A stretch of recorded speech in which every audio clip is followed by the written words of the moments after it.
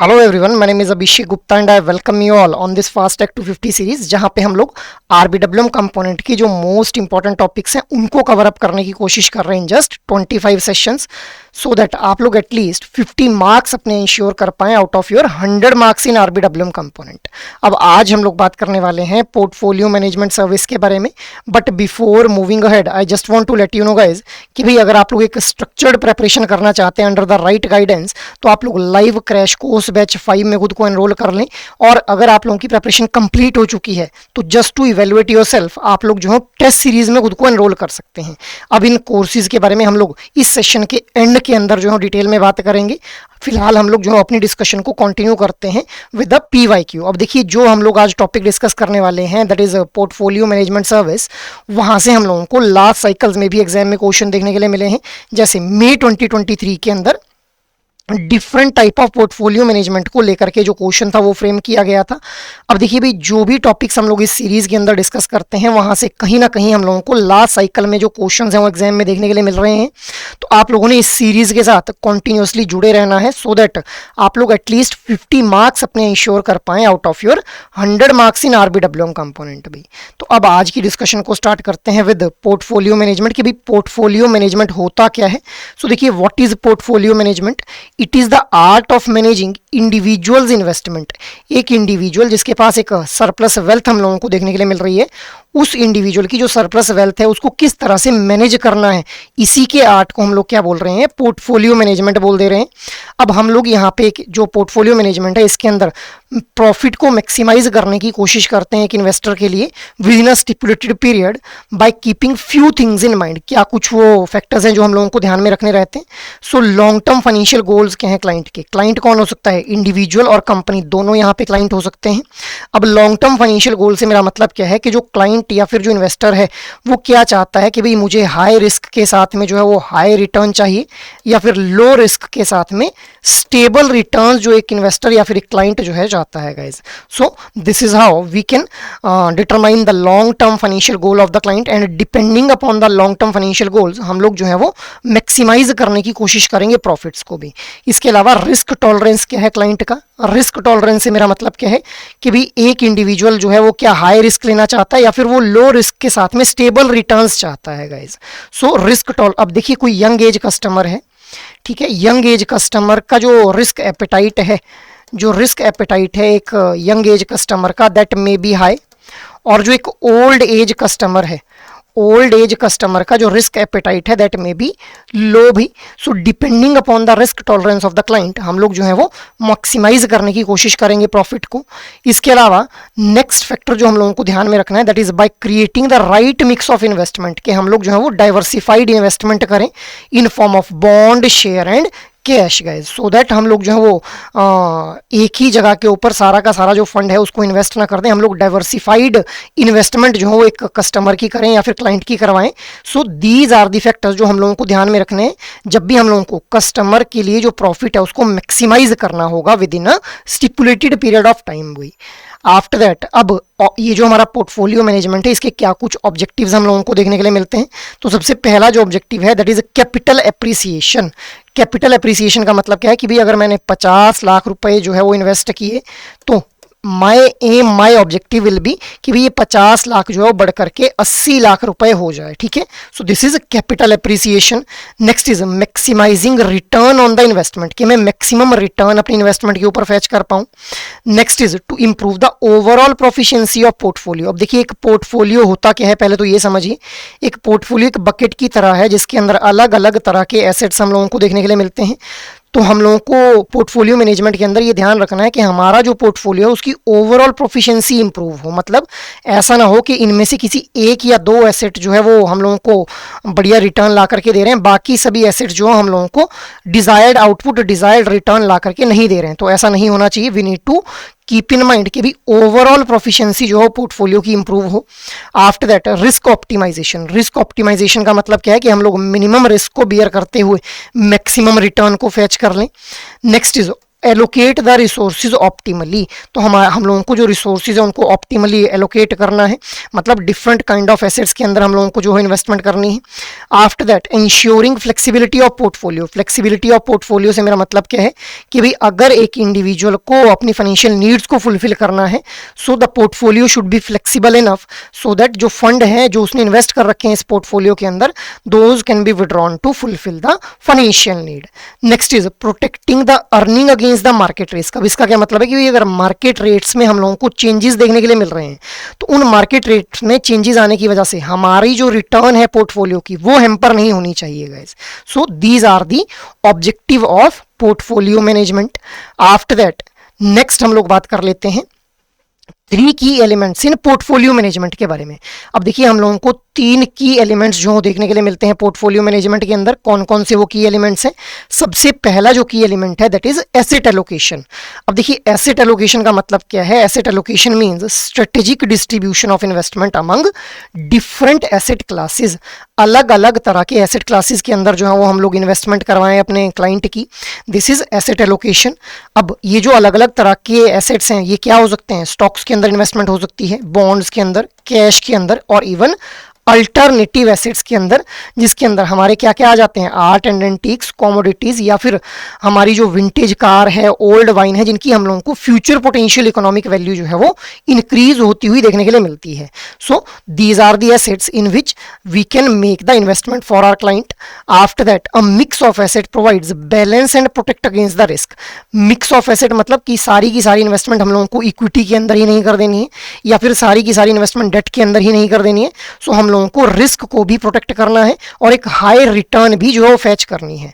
अब हमारी जो एसेट एलोकेशन रहेगी it will be based on the risk profile of the investor, कि भाई हमारा जो कस्टमर है क्या वो उसका जो रिस्क एपेटाइट है वो हम लोगों को हाई देखने के लिए मिल रहा है या फिर लो रिस्क एपेटाइट उसका देखने के लिए मिल रहा है। फॉर एग्जाम्पल जो कंजर्वेटिव इन्वेस्टर्स हैं, कंजर्वेटिव इन्वेस्टर्स मतलब जो ज़्यादा रिस्क नहीं लेना चाहते हैं, जिनका जो रिस्क एपेटाइट है वो हम लोगों को लो देखने के लिए मिल रहा है, वो चाहेंगे कि भाई उनकी जो इन्वेस्टमेंट है that investment should be done with respect to debt और ब्लू चिप फंड्स, जो कि कंपेरेटिवली हम लोगों को लेस रिस्की देखने के लिए मिलते हैं और स्टेबल रिटर्न्स जो जहाँ से जनरेट हो पाती है। ठीक है, so this is asset allocation. Next की एलिमेंट इज डाइवर्सिफिकेशन भी। अब देखिए डाइवर्सिफिकेशन का मतलब क्या है, diversification spreads risk and reward with in the asset class और बिटवीन द एसेट क्लास। अब इसका क्या मतलब है with in the asset class और बिटवीन द एसेट क्लास। जैसे मान लो एक पोर्टफोलियो के अंदर अगर इन्वेस्टमेंट की जा रही है और वहाँ पे हम लोगों को कुछ इन्वेस्टमेंट जो है वो बॉन्ड्स के अंदर देखने के लिए मिल रही है, कुछ हम लोगों को जो है वो इक्विटीज़ के अंदर देखने के लिए मिल रही है, कुछ अल्टरनेटिव एसेट्स के अंदर देखने के लिए मिल रही है। So this is a diversification between the asset classes भी। बिटवीन एसेट क्लासेस मतलब कुछ इन्वेस्टमेंट हम लोगों ने एक एसेट में कर ली, कुछ इन्वेस्टमेंट किसी और एसेट में कर ली, इसको बोलते हैं डाइवर्सिफिकेशन बिटवीन द क्लासेस।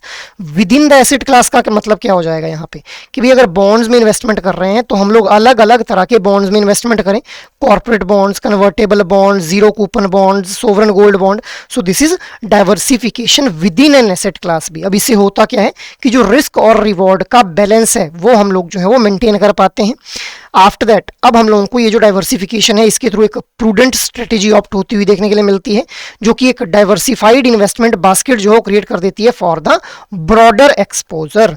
अब इस डाइवर्सिफिकेशन के थ्रू हम लोग चाहते हैं कि भाई हम लोग ओवरऑल सेक्टर की जो रिटर्न्स है उनको फैच कर पाएं rather than a particular company oriented return या फिर a particular industry oriented return. मतलब हम लोग अगर इन्वेस्टमेंट कर रहे हैं, जैसे अगर हम लोग पोर्टफोलियो मैनेजमेंट के अंदर अगर इन्वेस्टमेंट कर रहे हैं तो हम लोगों ने अगर मान लो कि भी बॉन्ड्स के अंदर इन्वेस्टमेंट कर रखी है तो एक कंपनी के बॉन्ड्स किस तरह से बिहेव कर रहे हैं उसके ऊपर हमारा जो रिटर्न है वो डिपेंड ना करे, रेदर देन कि भाई अगर आईटी सेक्टर की कंपनीज हैं तो आईटी सेक्टर कैसे बिहेव कर रहा है उसके ऊपर हमारी जो रिटर्न है वो डिपेंड करनी चाहिए गाइस।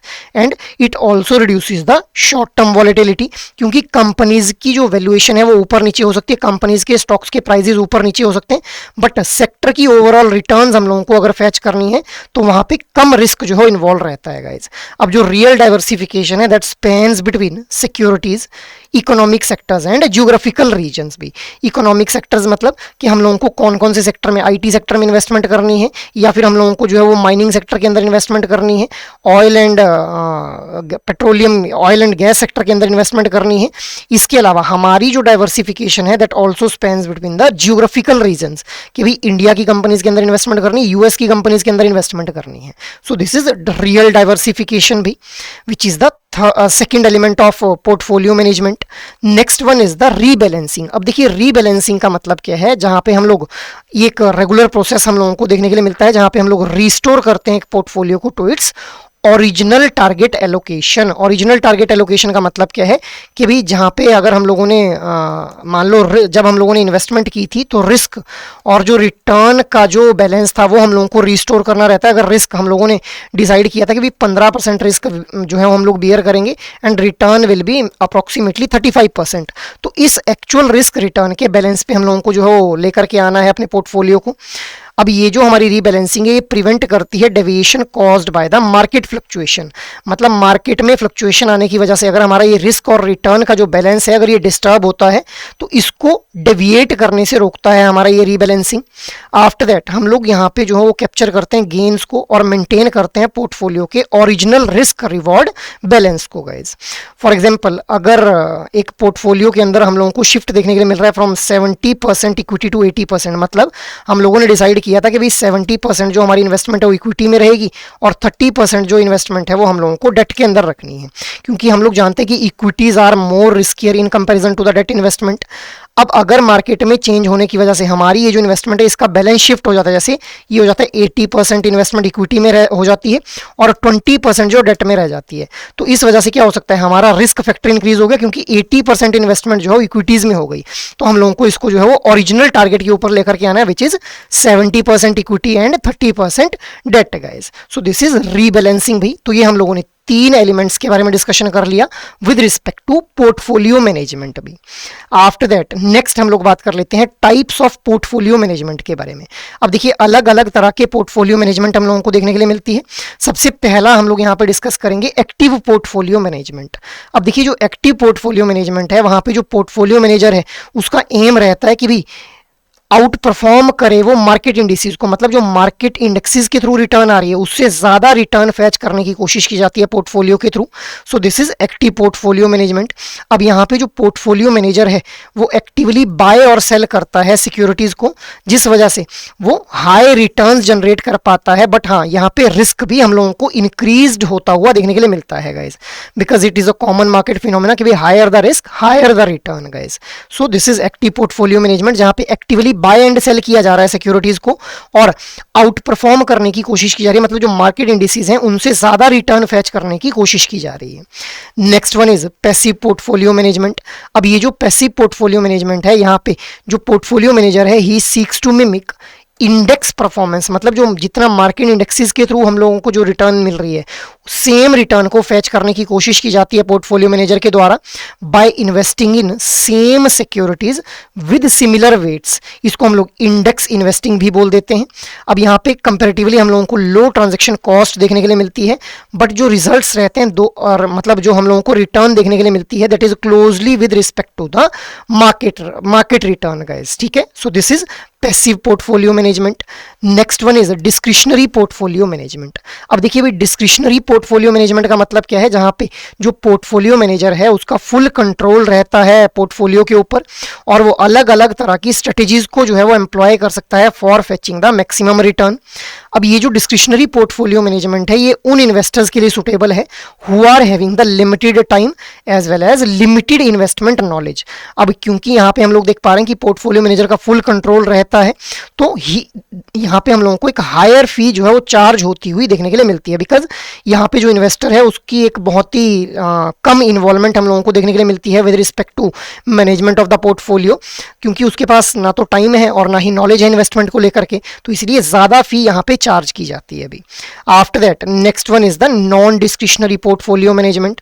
अब ये जो नॉन डिस्क्रिशनरी पोर्टफोलियो मैनेजमेंट है यहाँ पे जो पोर्टफोलियो मैनेजर है वो सिर्फ इन्वेस्टमेंट आइडिया प्रोवाइड करेगा कि भाई आप इक्विटी में इन्वेस्ट कर लो, इस टाइम के ऊपर ये कंपनीज के अंदर अच्छा रिटर्न दे रही हैं, आप यहाँ पे इन्वेस्ट कर लो, बट जो फाइनल डिसीजन रहेगा that will always rest with the investor भी, who is responsible for the execution. अब ये जो हमारा नॉन डिस्क्रिशनरी पोर्टफोलियो मैनेजमेंट है, it operates in advisory capacity, मतलब यहाँ पे जो पोर्टफोलियो मैनेजर है वो सिर्फ एडवाइज करेगा, final decision will be taken by the investor only. तो ये हम लोगों ने 4 तरह के पोर्टफोलियो मैनेजमेंट को डिस्कस कर लिया अभी। आफ्टर दैट अब हम लोग आते हैं कि भी पोर्टफोलियो मैनेजर होता कौन है गाइज।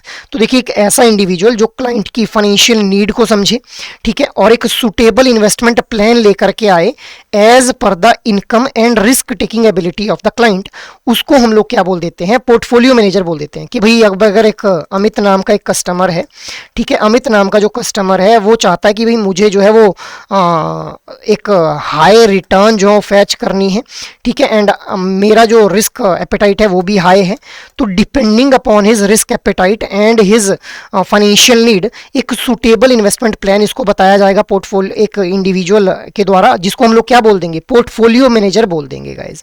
अब जो पोर्टफोलियो मैनेजर है उसके क्या कुछ रोल्स हम लोगों को देखने के लिए मिलते हैं। तो देखिए, जो पीएमएस मैनेजर है, मतलब जो पोर्टफोलियो मैनेजर है, वो एक लाइसेंस्ड प्रोफेशनल होते हैं जिनके पास इन डेप्थ मार्केट नॉलेज होती है कि भाई मार्केट कैसे बिहेव कर रही है, कौन कौन से ऐसे एसेट्स है जिनके थ्रू हम लोगों को जो है एक अच्छी खासी रिटर्न देखने के लिए मिल रही है by incurring the minimum risk. So एक इन डेप्थ नॉलेज जो है पोर्टफोलियो मैनेजर के पास रहेगी।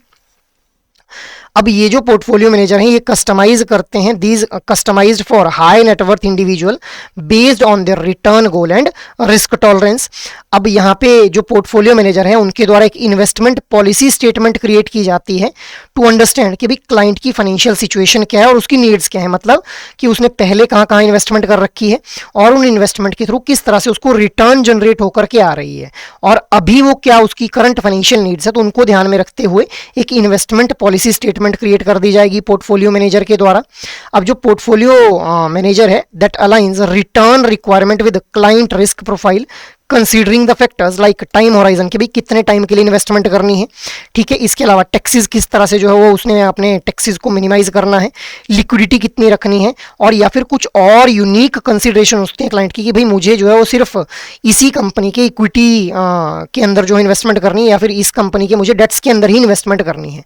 So depending upon the unique consideration of the client, portfolio manager जो है वो एक टेलर्ड या फिर कस्टमाइज्ड इन्वेस्टमेंट प्लान जो है ला करके देगा टू द इन्वेस्टर गाइज। तो ये हम लोगों ने पोर्टफोलियो मैनेजर के रोल को डिस्कस कर लिया। आफ्टर दैट नेक्स्ट हम लोग बात कर लेते हैं advantages of portfolio management services के, कि भाई क्या कुछ एडवांटेजेस देखने के लिए मिलते हैं। तो देखिए, सबसे पहला जो एडवांटेज है वो यही हो जाता है कि यहाँ पे हम लोगों को जो पोर्टफोलियो है वो प्रोफेशनली मैनेज होता हुआ देखने के लिए मिल रहा है। मतलब ऐसा नहीं है कि कोई भी आकर के आपके पोर्टफोलियो को मैनेज कर रहा है, कोई भी जो है वो एक अनएक्सपीरियंस्ड इंडिविजुअल आप लोगों को बता रहा है कि भाई यहाँ पे इन्वेस्टमेंट कर लो, यहाँ से रिटर्न अच्छी आ रही है। नहीं, यहाँ पे प्रोफेशनली आपका जो पोर्टफोलियो उसको मैनेज किया जाएगा for long term performance and risk control.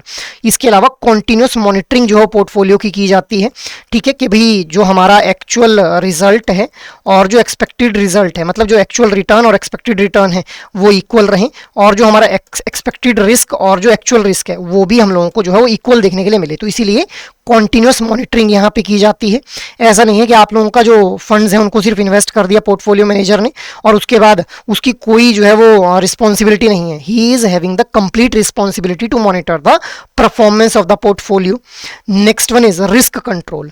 अब रिस्क कंट्रोल के अंदर हम लोग देख पाते हैं कि जो पोर्टफोलियो रहता है that is supported by a research team to establish investment strategy and provide the real time information. Real time information मतलब कि करंटली आपका पोर्टफोलियो जो है किस तरह से बिहेव कर रहा है, क्या हमारे जो एक्सपेक्टेड रिटर्न और जो एक्चुअल रिटर्न है वो हम लोगों को इक्वल देखने के लिए मिल रही है या फिर वहाँ पे कोई डिफरेंसेस देखने के लिए मिल रहे हैं। अगर ऐसा है तो फिर वहाँ पे जो मेजर्स हैं, जो प्रिकॉशंस हैं या फिर जो करेक्ट मेजर्स हैं वो ले लिए जाएंगे by the portfolio manager. After that customised services provide की जाती हैं यहाँ पे भी। So tailored services are provided handling administrative aspect with periodic reporting and performance update. मतलब depending upon the need of the customer कि भाई उसके लॉन्ग टर्म फाइनेंशियल गोल्स क्या हैं, उसका रिस्क एपेटाइट क्या है, उसको ध्यान में रखते हुए हम लोग जो है पीरियोडिक रिपोर्टिंग करते रहेंगे एक इन्वेस्टर को कि भाई आपका अभी जो आपने इन्वेस्ट किया था उस इन्वेस्टमेंट के थ्रू इतनी रिटर्न आ रही है, उतना रिस्क जो है इन्वॉल्व है, और ठीक है, और उसकी जो पोर्टफोलियो की परफॉर्मेंस है उसके ऊपर एक रेगुलर अपडेट जो है वो इन्वेस्टर को प्रोवाइड किया जाता है। After that next advantage is flexibility. तो पोर्टफोलियो मैनेजर के पास फ्लेक्सिबिलिटी रहती है कि भाई वो कैश को होल्ड करके रखे और जब उसको लगता है कि भाई मार्केट के अंदर इन्वेस्ट करके अब फायदा है, कहाँ पे इन्वेस्ट करके फायदा है, कहाँ पे मैक्सिमम रिटर्न जो है फैच की जा सकती है, तब वो इन्वेस्ट करते हैं। जरूरी नहीं है कि अगर इन्वेस्टर ने फंड्स दे दिए तो उसी टाइम के ऊपर जो पोर्टफोलियो मैनेजर है उसको इन्वेस्टमेंट करनी है, वो फंड्स को, कैश को होल्ड करके भी रख सकता है अभी। So these are the advantages of portfolio management services. After that next हम लोग बात कर लेते हैं डिसएडवांटेजेस के बारे में। तो देखिए डिसएडवांटेज यहाँ पे क्या होती है, सबसे पहले कि भाई सेबी ने ये बोल रखा है कि जो मिनिमम इन्वेस्टमेंट रहेगी that will be of ₹50 lakh, जिस वजह से जो लोअर इनकम कस्टमर्स हैं उनके द्वारा पोर्टफोलियो मैनेजमेंट सर्विसेज के अंदर इन्वेस्टमेंट नहीं की जा सकती है। So this is the biggest disadvantage of portfolio management services. इसके अलावा हायर कॉस्ट यहाँ पे हम लोगों को देखने के लिए मिलती है, मतलब जो PMS charges, PMS portfolio management services हैं उनके द्वारा मैनेजमेंट फी चार्ज की जाती है as a percentage of the investment amount. जितना इन्वेस्ट किया जा रहा है उसका कुछ एक परसेंटेज जो है मैनेजमेंट फी के तौर पर चार्ज कर ली जाएगी, जो टिपिकली हम लोगों को 2 से 2.5% के बीच में देखने के लिए मिलता है। इसके अलावा ब्रोकरेज फी भी ऐड कर ली जाती है, जिस वजह से हम लोगों को देखने के लिए मिलता है कि जो ओवरऑल रिटर्न्स है वो इंपैक्ट होती हुई देखने के लिए मिलती है हम लोगों को। तो एक अच्छी खासी कॉस्ट यहाँ पे जो है इनकर करनी पड़ती है इन्वेस्टर को भी। Third one is no performance guarantee. अब यहाँ पे कोई परफॉर्मेंस की गारंटी भी नहीं है, मतलब जो पोर्टफोलियो मैनेजमेंट सर्विसेज हैं वो शेयर करते हैं प्रॉफिट को, बट लॉस के अंदर उनकी कोई भी जो है वो शेयरिंग देखने के लिए हम लोगों को नहीं मिलती है। अब अगर इन्वेस्टमेंट की जा रही है, investment in the financial market carries the inherent risk. हम लोग जानते हैं कि अगर आप लोग किसी भी तरह से इन्वेस्टमेंट करते हैं फाइनेंशियल मार्केट के अंदर तो वहाँ पे हमेशा जो रिस्क वाला फैक्टर है वो रहेगा भी। तो इसीलिए किसी भी तरह की गारंटी नहीं रहती है कि भाई आपने अगर इन्वेस्टमेंट कर दी है पोर्टफोलियो मैनेजमेंट सर्विसेज के अंदर तो आप लोगों को डेफिनेटली एक हाई रिटर्न जो है फैच होंगी, तो कोई गारंटी हम लोगों को देखने के लिए नहीं मिलती है। So these are the disadvantages of portfolio management services. After that next हम लोग बात कर लेते हैं कि क्या कुछ की फीचर्स हैं जो एक इन्वेस्टर को ध्यान में रखने चाहिए जब भी वो पोर्टफोलियो मैनेजमेंट सर्विसेज के अंदर इन्वेस्टमेंट करता है अभी। तो सबसे पहला जो की फीचर है that is track record.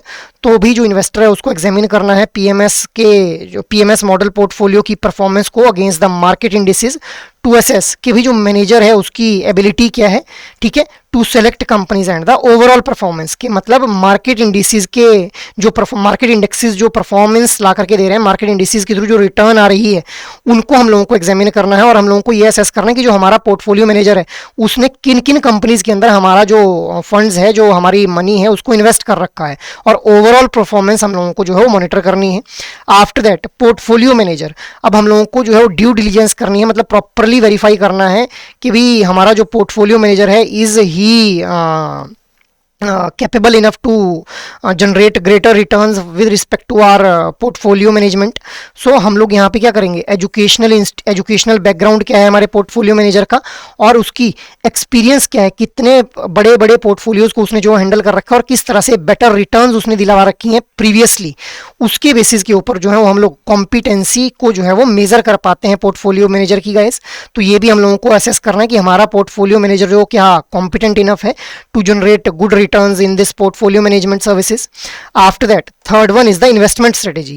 So हम लोगों को जो portfolio management services हैं उसकी investment strategy को अच्छे से समझना है before committing the funds को commit करने से पहले हम लोगों को ये प्रॉपरली अंडरस्टैंडिंग होनी चाहिए कि हमारा जो फंड इन्वेस्ट किया जा रहा है उस इन्वेस्टमेंट के पीछे स्ट्रेटेजी क्या है, क्या लॉन्ग टर्म में हम लोगों को जो ग्रोथ देखने के लिए मिलेगी अपनी इन्वेस्टमेंट के थ्रू, या फिर हम लोगों को जो है अभी शॉर्ट टर्म के अंदर जो है वो एक अच्छी खासी रिटर्न देखने के लिए मिलेगी। So transparency should be maintained from the portfolio managers and, ये भी हम लोगों को ध्यान रखना है, ठीक है।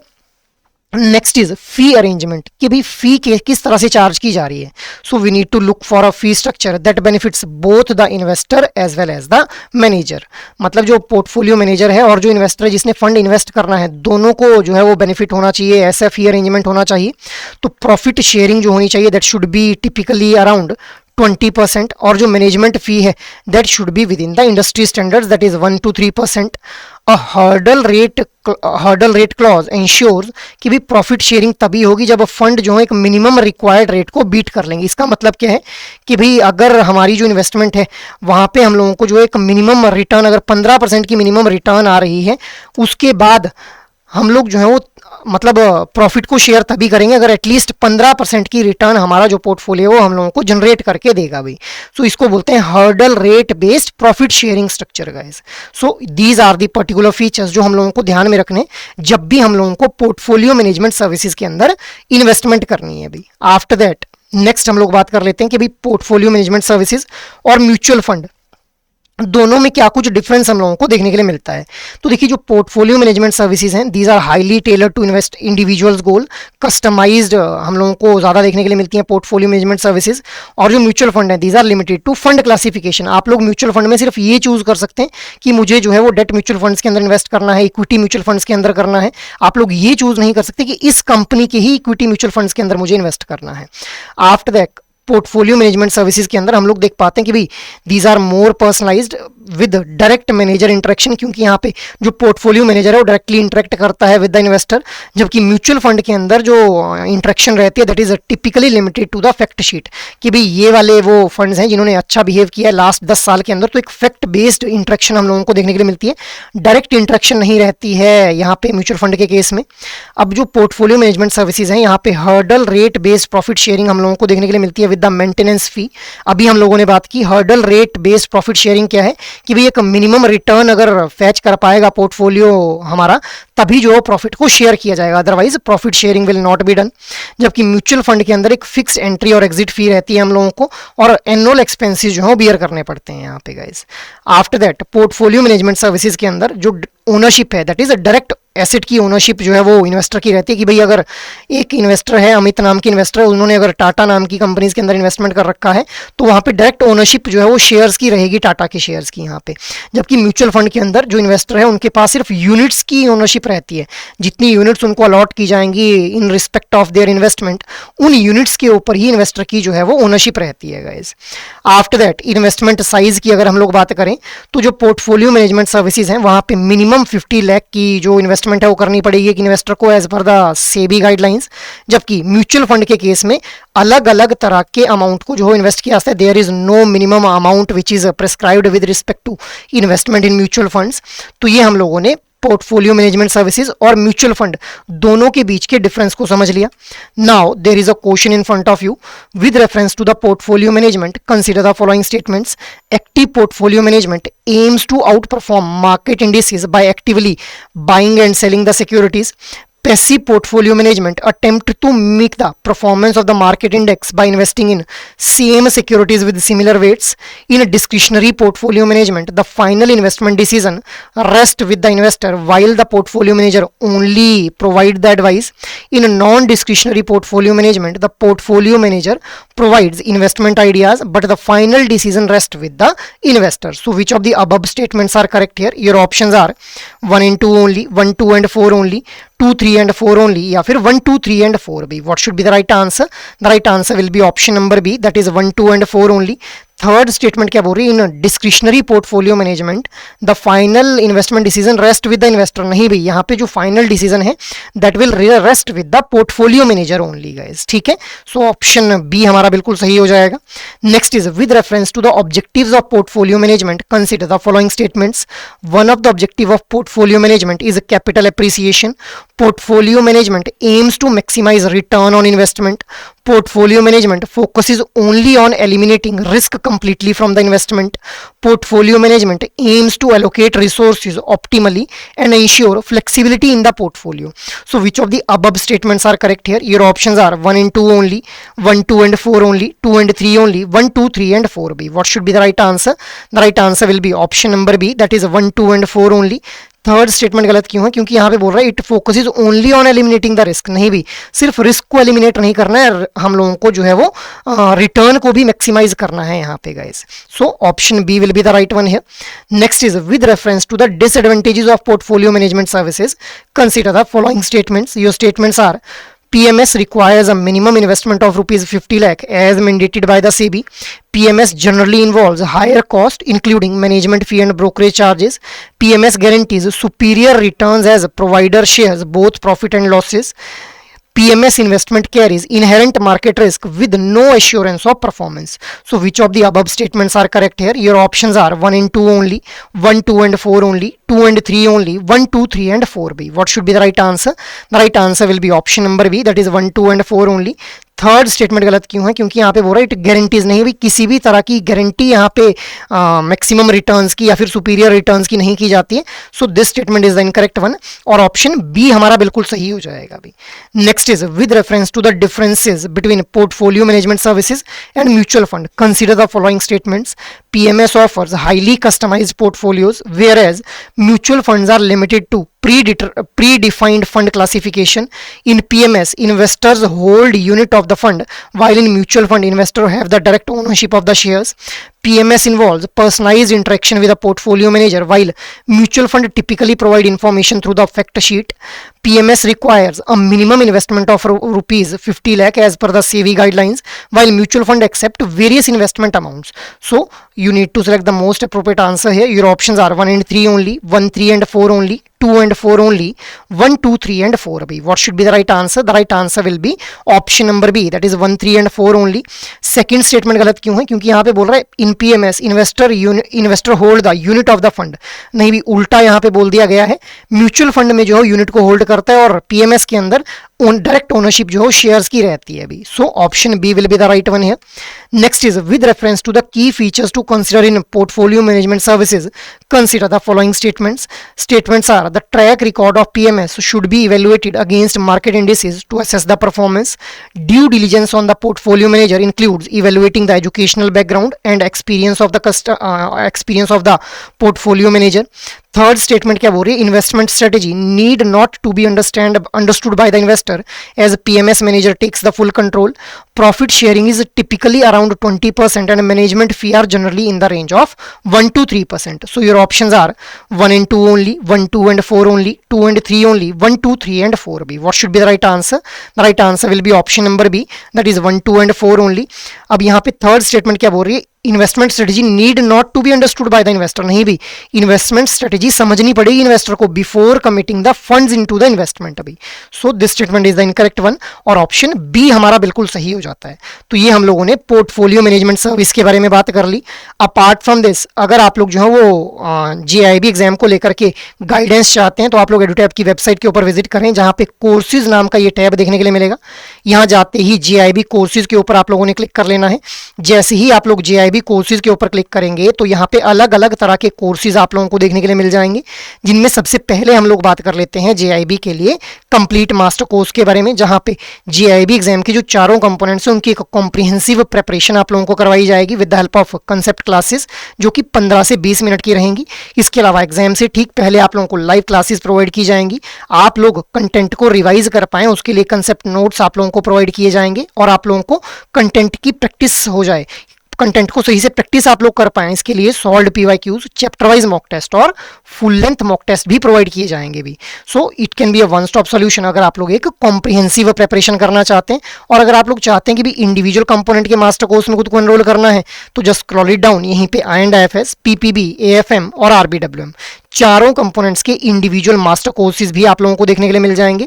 और अगर आप लोग चाहते हैं कि सिर्फ मोस्ट इंपॉर्टेंट टॉपिक्स को टारगेट करते हुए प्रिपरेशन करनी है तो सिंपली खुद को एनरोल कर लें in the live crash course batch 5, जहां पे 120 आवर्स की शॉर्ट ड्यूरेशन के अंदर चारों कंपोनेंट्स की जो मोस्ट इंपॉर्टेंट टॉपिक्स हैं वो आप लोगों को कवर करवाए जाएंगे with the help of live classes.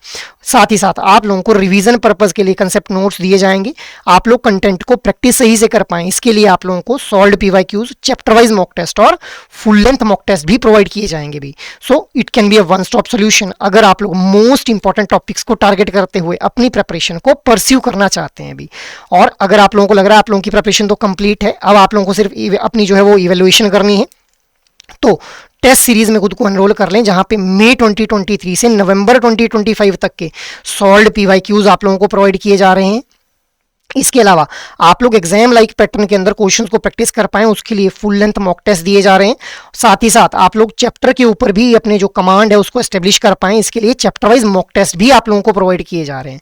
So you can opt for any of these particular courses for your JIB preparation depending upon your need भी. So that is all from my side for this particular session. I hope ये session आप लोगों को अच्छे लग रहे हैं. अगर एक्चुअल में ये सेशन आप लोगों को पसंद आ रहे हैं तो इन सेशंस को लाइक, शेयर और सब्सक्राइब कर लें. और अगर आप लोगों की कोई भी क्वेरी हो तो आप लोग मेल जरूर करें hello@edutab.co.in के ऊपर. जय हिंद.